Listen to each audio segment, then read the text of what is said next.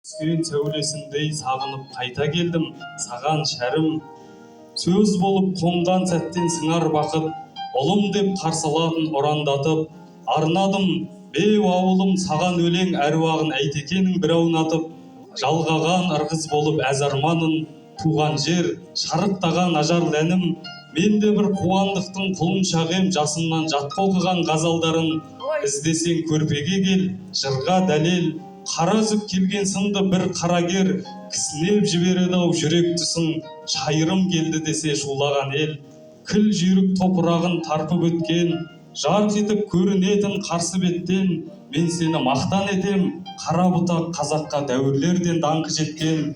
ілесіп ілгерілеу көшкегенен, мен едім батаңменен өскен өрен, ендеше жазбауға да тиіспін ғой бір қайнау ішінде кеткен өлең. Жылдарды артқа тастап жұмбақ ауыр,